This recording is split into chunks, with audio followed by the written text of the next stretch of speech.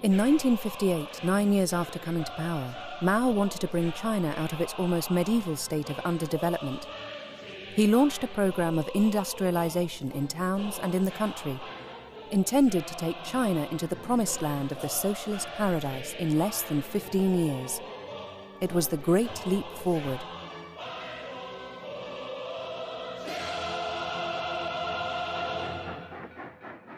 But the crazy dream became a nightmare and dragged 650 million Chinese people into hell. The country sank into economic chaos, which caused an unprecedented famine. The terrible death toll was around 45 million.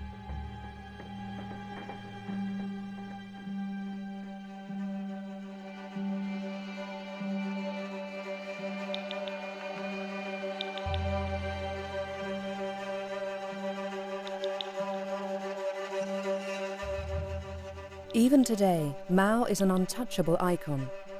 As the founding father of Red China, he holds the nation together and gives legitimacy to the current authorities.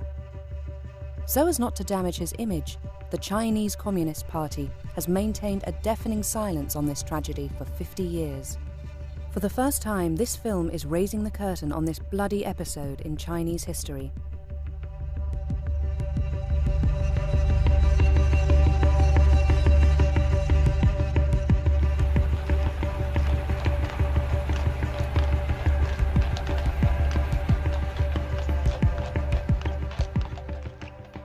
Getting the few witnesses to talk about the period and trying to reconstruct the memory of the Great Famine is not without danger. Very few have dared to defy the taboo and break the silence.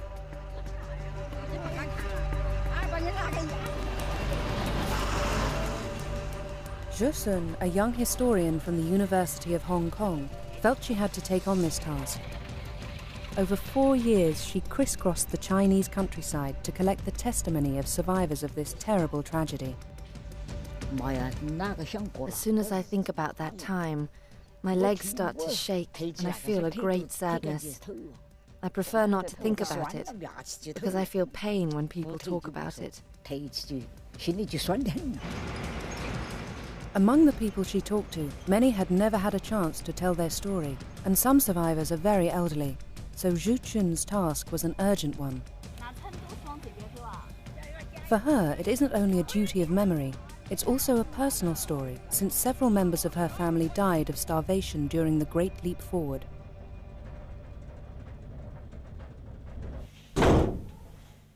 Yang Zhisheng, a journalist and historian, published Tombstone in 2008. It was the first Chinese book on the Great Famine. Published in Hong Kong, it has been banned in mainland China. His own father died of starvation during that period. Even if no one from my family had died of starvation, I would still have written the book, because it's very important. As a journalist, I had to bear witness. I did it so that future generations can know the truth.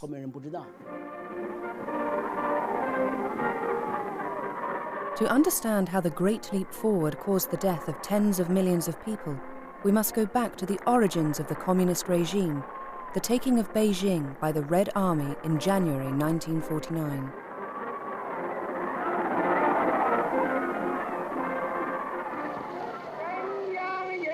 The central government of the people is established.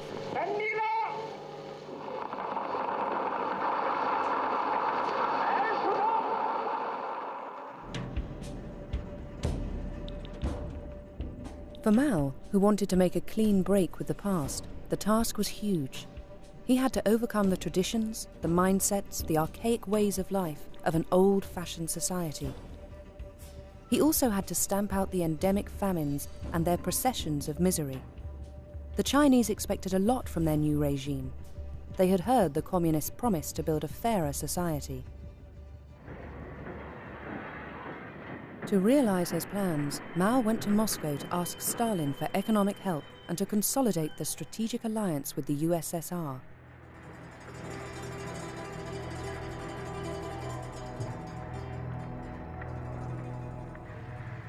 The Chinese leader felt huge admiration for his Soviet counterpart, who nevertheless treated him with contempt and made him wait 2 days before seeing him. The two countries signed a treaty of friendship. The USSR would supply China with huge quantities of arms, factories, industrial and farming equipment, and all kinds of advisors.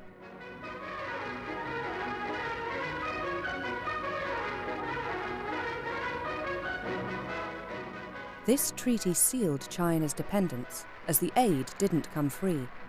Not only did China commit itself to remaining within Moscow's circle of influence and following its economic model faithfully, but it would also have to repay the huge debt it had contracted.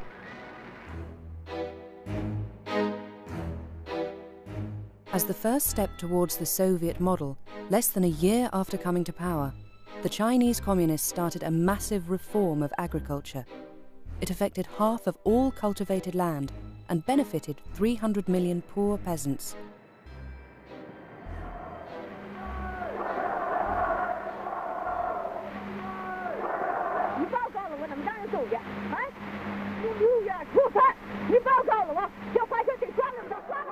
All over China, these land redistributions were the opportunity for the settling of scores. Encouraged by the party, the poor peasants, who had been used to suffering and humiliation for 2,000 years, raised their heads and gave free rein to their feelings of resentment. Class violence broke out. Over 1 million landowners were executed.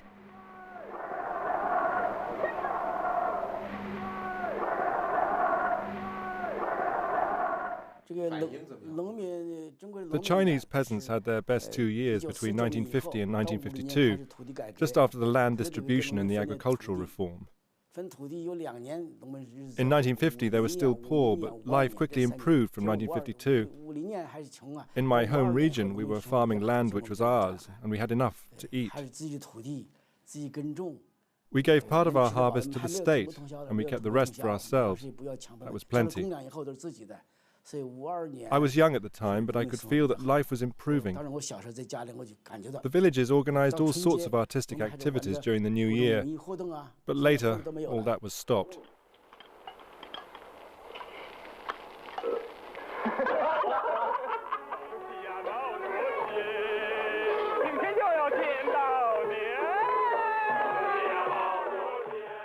Mao, the liberator of China and the peasants, was revered as a god of the harvests and worshipped as the emperor of the new Red Dynasty.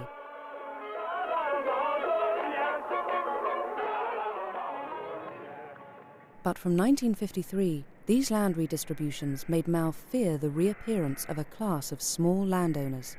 So, on the model of the Soviet kolkhoz, the party persuaded the peasants to combine their plots into collectives of up to 50 families. This new step was greeted with mistrust, as it meant they had to return the land they had been given 3 years earlier to the community. In spite of everything, Mao still judged the Stalinist model as the ideal, even though the Soviet tyrant died in this same year, 1953. Then, an extraordinary event shook the socialist world. In February 1956, in his famous speech at the 20th Party Congress, Khrushchev denounced the crimes of Stalin, his personality cult, and his disastrous collectivization campaigns.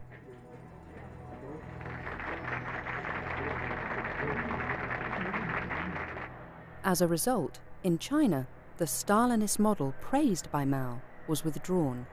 The campaign of agricultural collectivization was suspended, and Mao's ideas were no longer in favor. As always when he had problems within the party, Mao turned to the people to regain the upper hand. As a good tactician, he invited the whole country to express themselves freely and to criticize the leadership.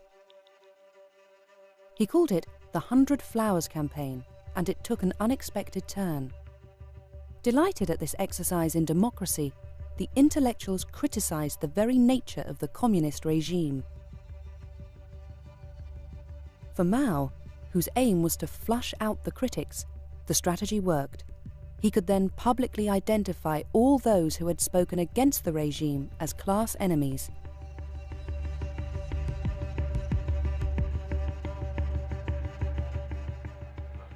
You're wrong! What are your political opinions? Do you realize what you're saying?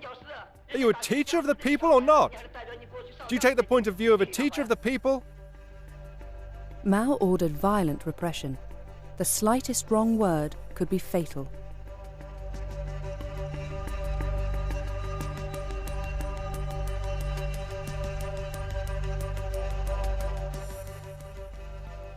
Between 500,000 and 1 million people, mostly teachers, were labelled as rightists and deported to forced labour camps where many died of starvation. 3,000 of these dissidents were sent to the Jibiango labour camp on the edge of the Gobi Desert, a so-called re-education camp. Oh, if only you knew. So many of us died. In all, 70% of the camp's population. At the time, we slept on the bare ground, in holes we were made to dig. The dead were put into big trucks and transported into the desert. They were covered with a thin layer of sand, and over time their skeletons gradually came back to the surface.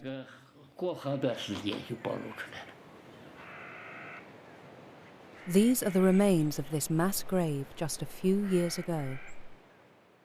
There is a climate of terror that reaches all the way to the top levels of leadership. Entire heads of provinces are being removed in 57, 58 and replaced by hard, unscrupulous men who are often willing to benefit from the very radical winds that blow from Beijing. The repression of the rightists removed all opposition and opened up the way for the great leap forward. The Communist Party was able to do what it wanted without any resistance, because no one dared speak out anymore. By silencing his enemies, Mao regained total control of the party. He returned to Moscow in November 1957, but his long-standing ally became his main rival. When Khrushchev declared that the Soviet Union's economic production would exceed that of the USA in 15 years, Mao took up the challenge. He said that China's steel production would exceed that of the United Kingdom in the same period.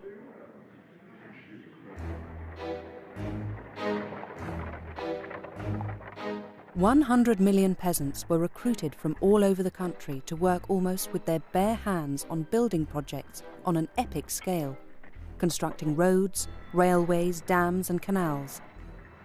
For Mao, there was no doubt. The great leap forward to a communist society had really begun.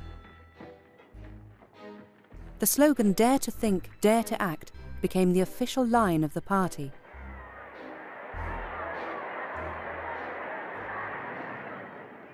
Mao symbolically went out to work sites to lend the peasants his support. To underline the fact that he had rallied the whole party behind him, he was accompanied by Liu Shaoqi, the party's second-in-command, and Zhu Enlai, his closest comrade in arms.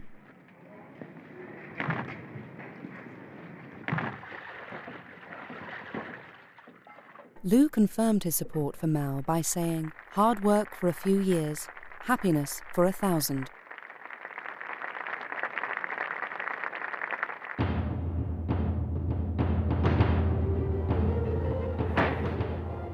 All means were used to mobilize the masses and to stimulate revolutionary zeal.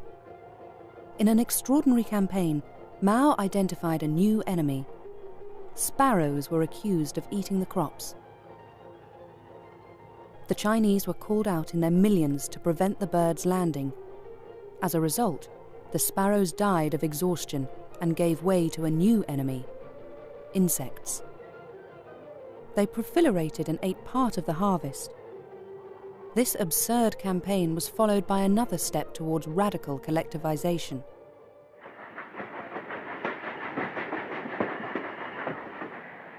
During a journey, Mao saw a banner in a field praising the merits of the first experimental People's Commune set up in Henan province. He declared with enthusiasm, "The People's Commune will be the bridge that will carry China towards the socialist paradise."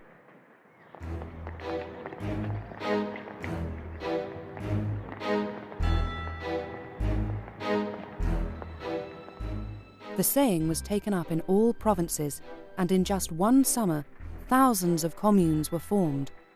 They consisted of up to 2,000 families. There were even plans for enormous communes, combining up to 10 or 20,000 households, which would be headed by cadres who were totally dedicated to Mao.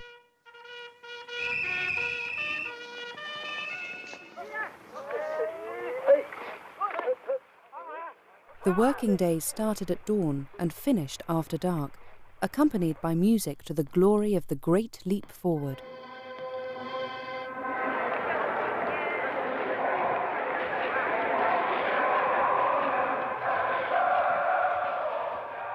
As the basic unit of the future society, the Commune experimented with a completely new way of life. Here, everything was designed to immerse the individual in a collective life geared towards production. All private property was abolished. Houses, animals, land and production tools became collective property. Nurseries and free, compulsory schools liberated women from their maternal duties so they could work in the fields.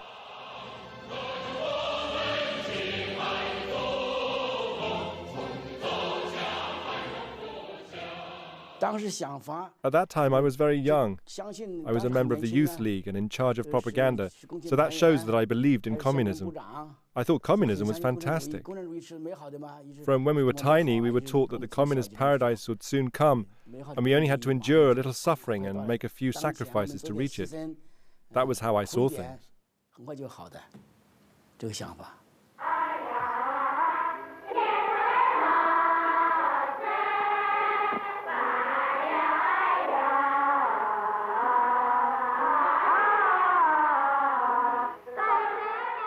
The family unit disappeared, and children were made to live by the new rules of collective life. The individual was nothing more than a cog in a big machine.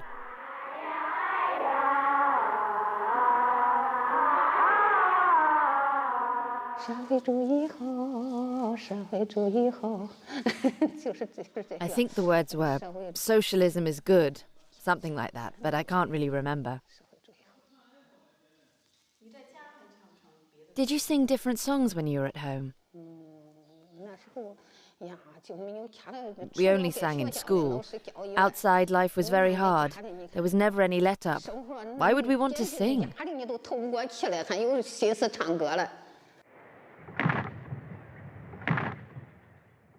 As in a barracks, men and women were separated and grouped in dormitories. Sexual relationships were regulated. Men and women were separated and couldn't live a married life. Some couples went to the fields to continue their sex life, but when they were caught, they were publicly humiliated. Some women found it unbearable and many committed suicide. So you pulled everything and all lived together? The household items were pooled in the first year. The furniture was seized for firewood and everything that could be destroyed was destroyed. The pigs, the sheep, everything was collectivized. Even the pots and pans were seized because families weren't allowed to cook. No one cooked at home anymore.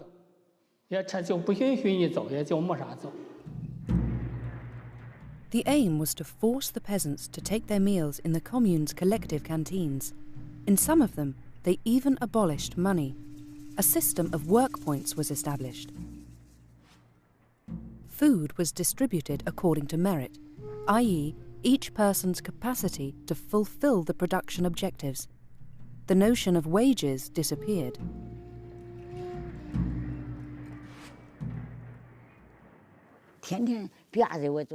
It was compulsory to turn up every day. If your name wasn't on the attendance list, you were punished and you lost work points.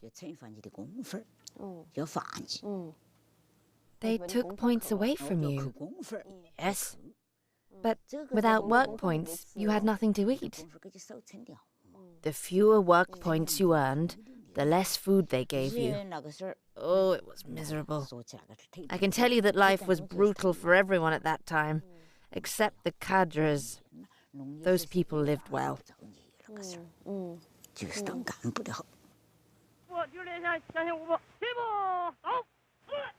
Kill! Kill! The party cadres became the officers of the people's communes, which were transformed into real barracks. Every day, the peasants underwent military training, because the masses had to be mobilized for the national defense.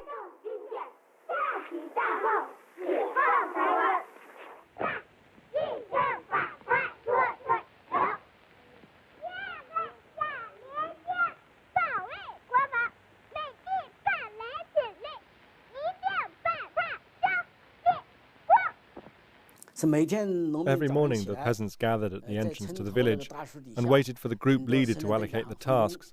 At the end of the day, the leader shouted, "Work's over!" and the peasants went to eat. They weren't motivated and productivity was very low. That was one reason why productivity didn't increase. In the people's communes, peasants had no right to free speech. Their skills weren't taken into consideration anymore. Everything was decided by the authorities, who mostly knew nothing about the subject. They decided everything. The distance between each rice seedling, the type of seed, the amount of fertilizer to be used. Land suitable for one type of crop was used for another. As a result, the peasants became totally demotivated, and poor harvests caused the first food shortages. But Mao always wanted more.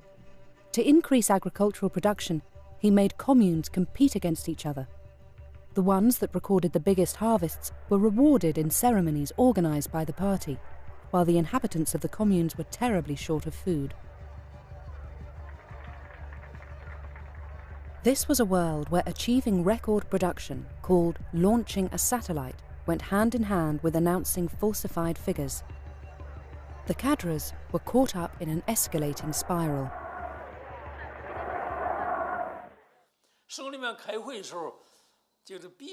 At the provincial meeting, my superiors asked me what I thought about it all. Some places have launched plenty of satellites and declared high levels of production. What do you think? My back was against the wall and I had to say that I would respect the quotas without fail. But in reality, I couldn't keep those commitments. It was impossible.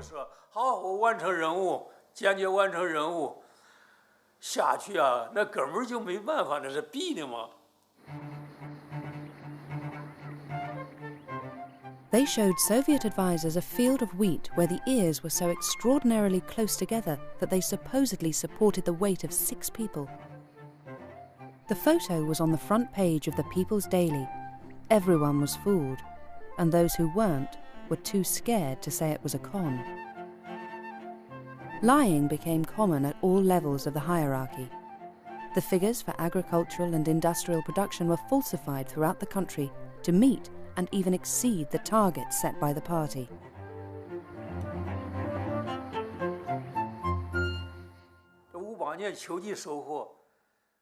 In the autumn of 1958, although there was some wheat, there was a shortage of food.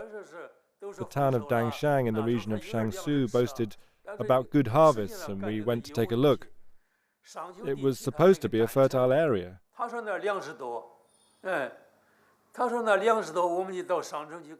Everyone who went quickly realized that it was all nonsense. They showed us piles of crops where the cereals were on the top, but underneath was just straw or stubble. Everyone understood what they'd done, but no one dared talk about it. I saw the trick too.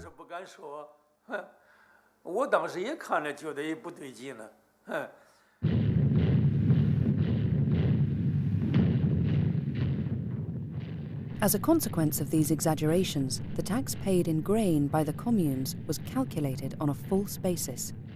In some regions, the result was that the state demanded almost all the amounts really harvested. To make matters worse, the spring harvest in 1959 was disastrous.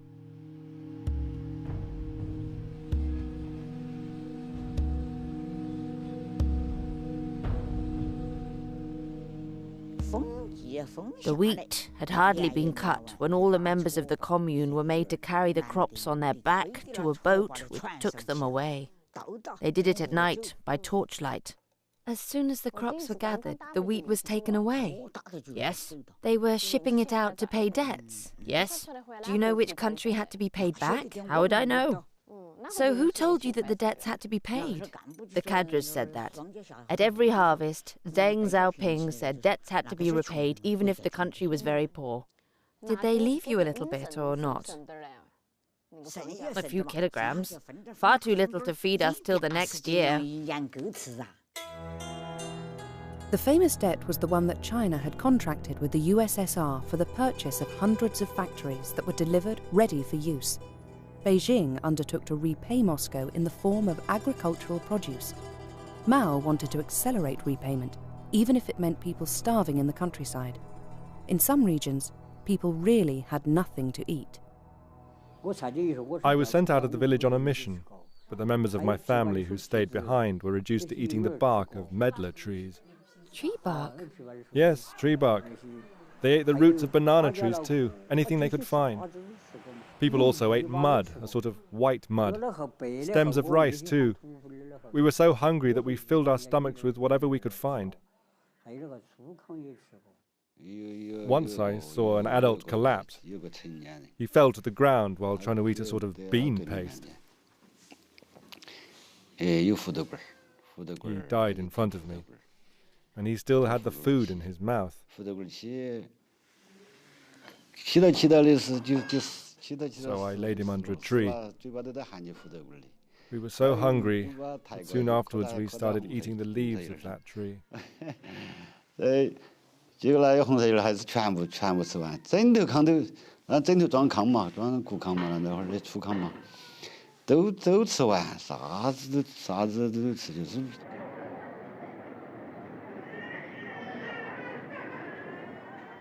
In other provinces, the shortage of food gave the cadres who distributed it the power of life or death over the inhabitants of the commune. In theory, peasants were entitled to 250 grams per day, but the cadres allocated themselves much more. They were so corrupt that they stuffed themselves shamelessly. Those who didn't get on with the leader of the production team or those who disobeyed his orders were starved to death.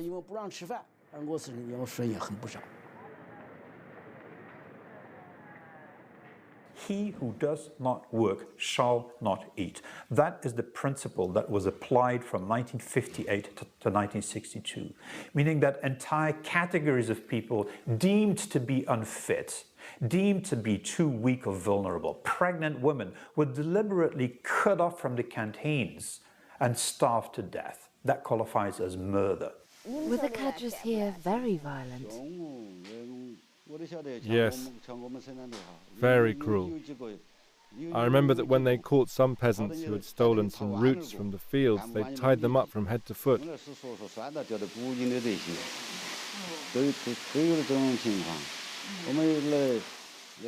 In village number 8, one violent cadre beat several people to death.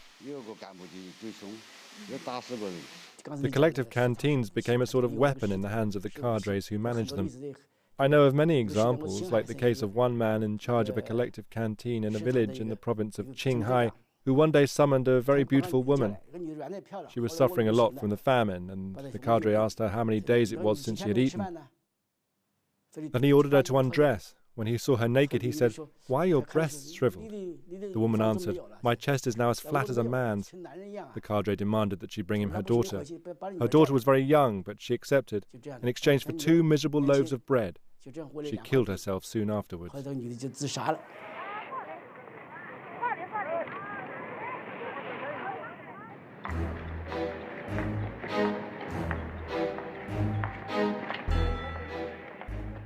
In the spring of 1959, Mao's frenzy took another form.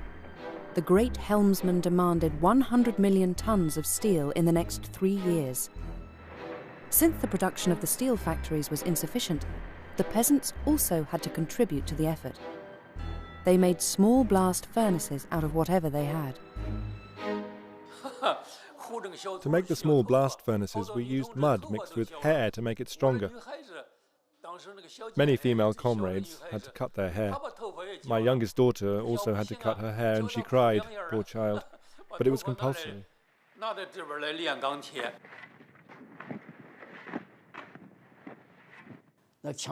Nearly all the trees in China were cut down for fuel. Forests were razed and people had to melt down pots and kitchen utensils. Even school bells, ironwork on doors, everything was melted down. And all the press rejoiced. The population was used in an absurd way. Anyone did anything. Society as a whole fell into a sort of indescribable madness.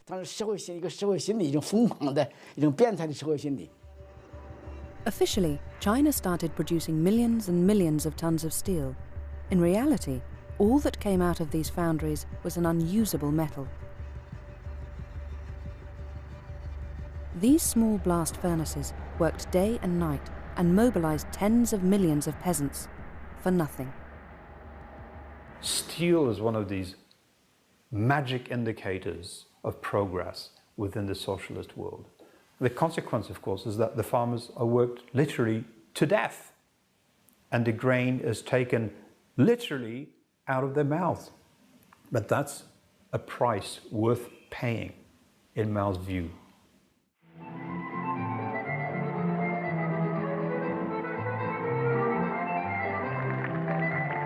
Here was the top leadership meeting in Shanghai, dining, drinking wine, buying cheap cameras, being entertained.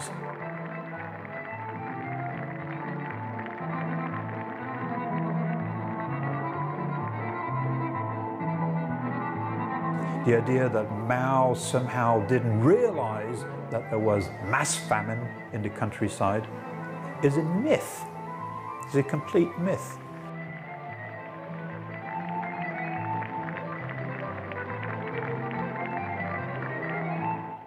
A top-secret document found in the archives reveals that not only was Mao completely aware of the peasants' distress, but it was part of his strategy to sacrifice the countryside in order to feed the cities and the industrial and political centres. It's a report on the debates in a Politburo session dated 25th of March 1959. Mao stated, "When there is not enough to eat, people starve to death. It is better to let half of the people die so that the other half can eat their fill." And at that very same conference in Shanghai, he actually orders procurements of grain to be increased to 1/3, an unheard of level. He says it very clearly. He says, if you take up to 1/3 of the grain, the farmers will not rebel. He makes available thousands of trucks to go and carry out that task. In July 1959, Mao gathered the leaders of the party in Lushan, far away from Beijing. The original objective of this conference was to correct the increasingly apparent issues with the Great Leap Forward.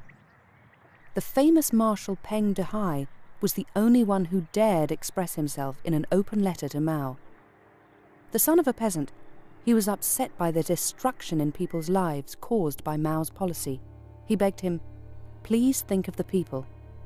This was an insult to Mao. He forced him to resign from his post as Minister of Defense. This episode marked a tragic reality. No one else would dare to defy Mao as he persisted. The years that followed were terrible.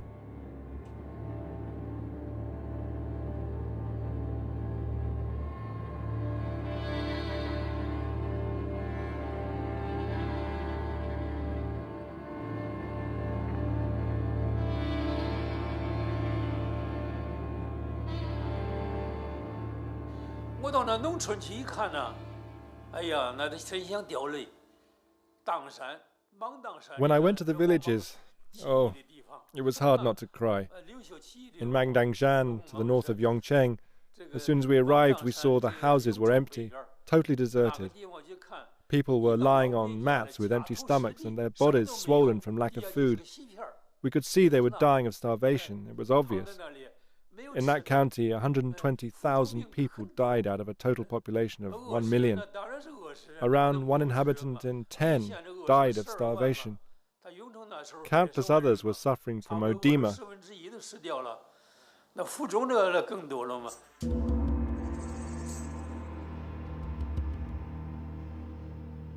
Can you imagine what it's like to starve to death? To spend your days with nothing to eat? You got very thin, and as you got thinner, at a certain point you had swellings. You'd be so swollen that it scared people. You had bruises all over your body. And in those cases you shouldn't eat salt. But many people stole salt to eat in secret. Were you there when your grandparents died? Yes. What did they die of? They died of starvation, of constipation after eating mud to ease their hunger. We didn't even have a coffin to bury my grandfather in, so we buried him directly in the earth.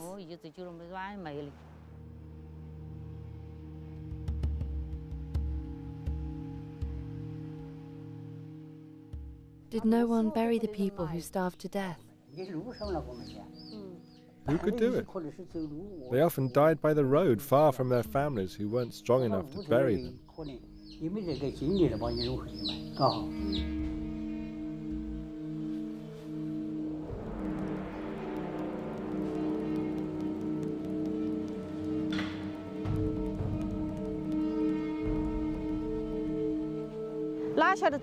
I was walking along the river when I accidentally stepped on the belly of a dead body. I let go of the cart I was pulling to run away. A bit further on, I came across another body, a child's that time. It gave me such a fright.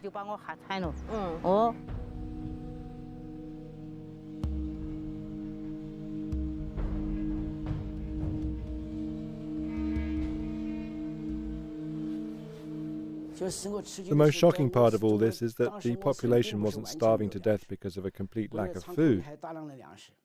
The state's granaries were full. In the time of the dynasties, when there were famines, the emperors opened the reserves and distributed the food to the people in distress. Conversely, the leadership of the Communist Party, a regime that claims to serve the people, refused to help the people who were starving and didn't open up the granaries that were full. That really astounded me. Whole populations were camped around the granaries. They begged, "Communist Party, give us a little food." They begged until the starvation finished them off. It was unimaginable.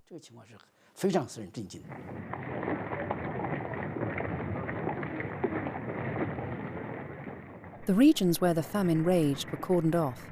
It was forbidden for people or information to circulate, but many sought to escape. The few people who could move about saw that the destitution was widespread.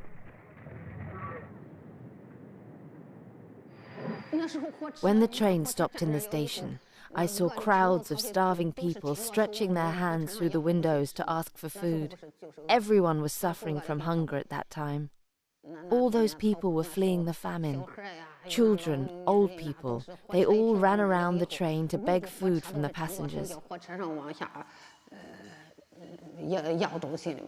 From 1958 onwards, the cities are quite literally protected from the countryside.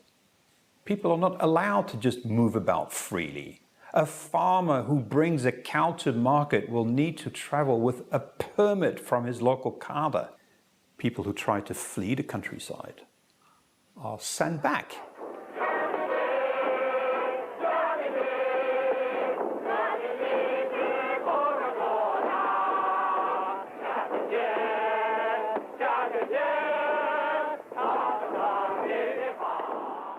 Mao's radical methods caught the attention of his Soviet counterpart, Nikita Khrushchev, who was informed by his advisors on the ground.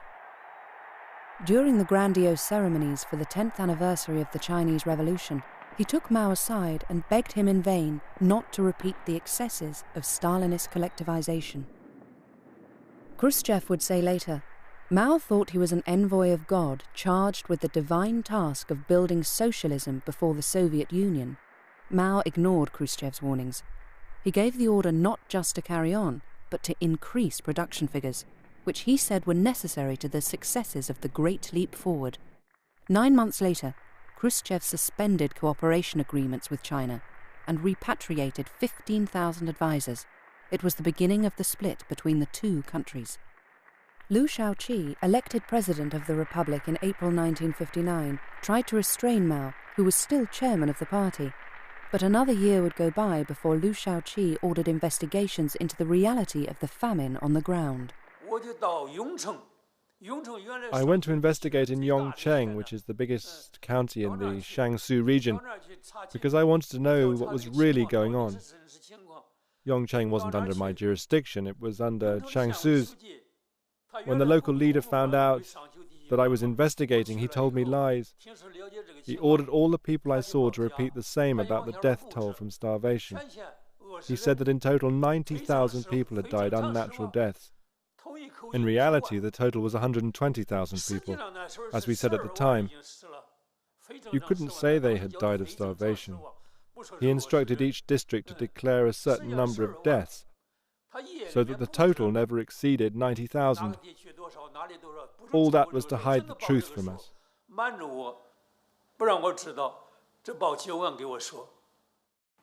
3 high-ranking officials started investigations. They came to a result of several tens of millions dead from starvation. They wrote a report for Mao and Chu Enlai, but Chu Enlai immediately told them to destroy it and not to talk about it. A few days later, Chu even called them to make sure the report had been burned. At the University of Hong Kong, Xu Jun is working with Frank Dakota, who has accessed certain testimonies from those investigations. These documents show terrible realities, which confirm the report of these 3 high-ranking officials. There's a very detailed report by a high-ranking military who goes back to his home village in Hunan. And he sees that the graves in the fields have been tampered with. They've been opened. There are no bodies inside. So he wonders what is going on. It's a rainy day. He sees the house of the local party secretary, the smoke coming out. He walks up to the house, opens the door. He sees 4 large pots in which body parts are being boiled down. And it turns out that the local party secretary has decided that you can actually recycle human bodies, simmer them, and then use it as fertilizer on the fields. During the Great Famine, thousands of cases of cannibalism were recorded in official reports.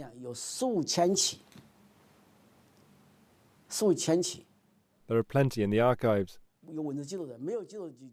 I know of one case in Gansu where people ate their own dead relatives. The mother, before she died, said to her daughter, "There's nothing left of my body to eat, just my heart. When I die, you can eat my heart."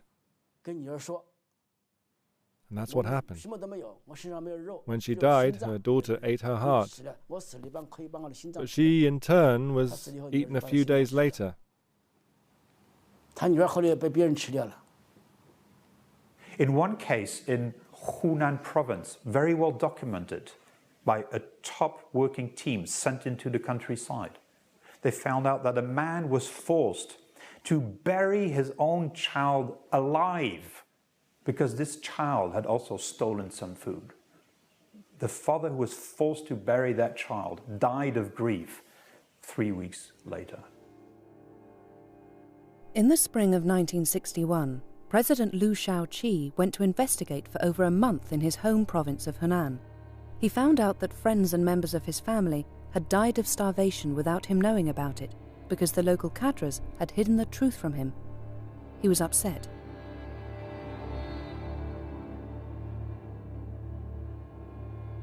For Liu, the great leap forward had to be stopped. But it was only in 1962 that the party brought together 7,000 cadres from all across the country to put an end to the crazy undertaking of the Great Leap Forward. Liu Shaoqi said that the party was largely responsible for the famine.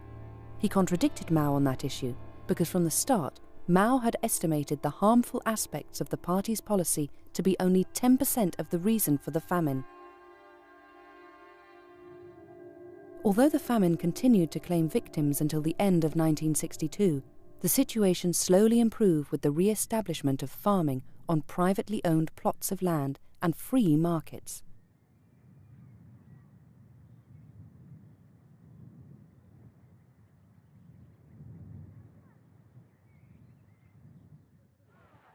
Radical collectivization in the countryside and senseless quotas for farming production, as well as steel production in small blast furnaces, were all stopped.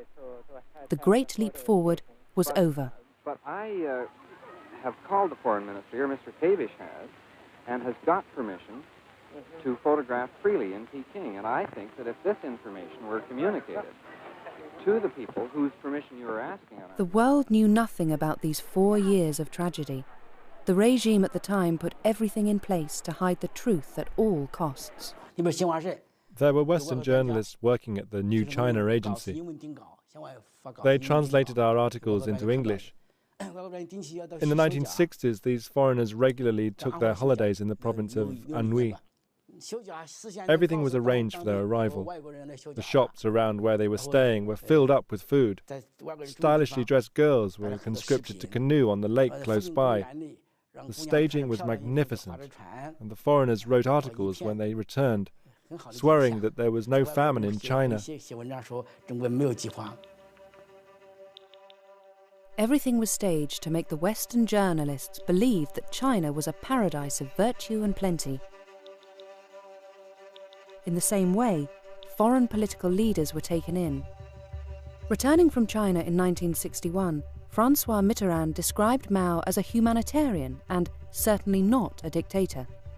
He said Mao had assured him, "The Chinese people are not on the verge of famine. I repeat, in order to be clearly understood, there is no famine in China." It was an enormous lie. The Chinese leadership knew perfectly well that their policy was killing tens of millions of people. The question of who should answer for these acts before history was an issue of power more than ever before. Liu Shaoqi was called to see Mao Zedong by a swimming pool. And Liu Shaoqi made a mistake when he said, "You and I are responsible for the famine. And all of it, including cannibalism, will go into the history books. History will judge us."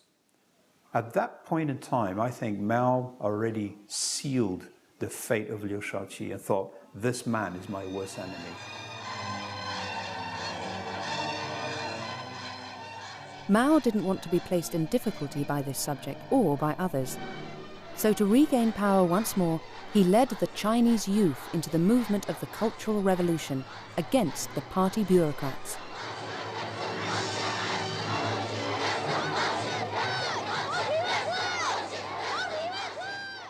He took advantage of the radicalization of the situation to have Liu Shaoqi criticized and then arrested by young Red Guards.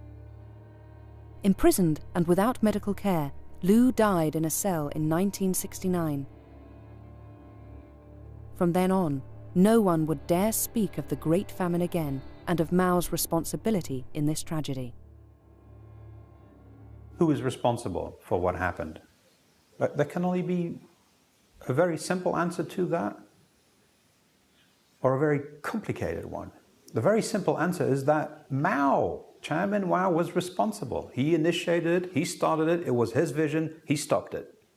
He was responsible from beginning to end. Mao ranks as one of the great mass murderers of the 20th century. The more complicated version is, how did one man get away with all of this? So it seems to me that it is both a man and a system who are both responsible for this. It's a collective responsibility of the Communist Party of China at that time. Why, 50 years after the Great Famine, do the authorities still refuse to recognize the reality of it, to discuss it, and to draw lessons from it? I think their attitude is stupid.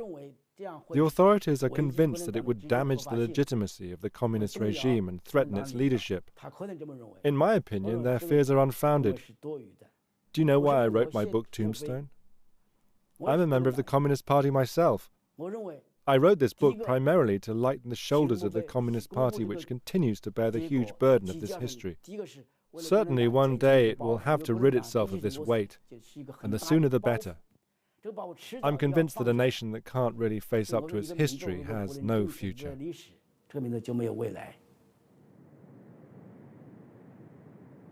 When Mao died in September 1976, he left behind a country in ruins. The nation paid tribute to the great helmsman in a grand funeral, but in